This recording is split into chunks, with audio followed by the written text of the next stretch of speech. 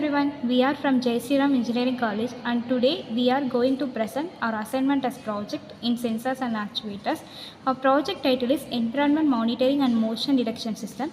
Our team members are Agalya, Arya, Deepika and Diksha. The objective of the project is detect a human motion and monitor environment conditions such as temperature, humidity and air quality. We have used some sensor, PIR sensor. It is used for motion detection. This is an DHT11 sensor measuring the temperature and humidity. This is an MQ132 gas sensor for detecting harmful gases. When PIR sensor detects the motion, it sends a signal to Arduino.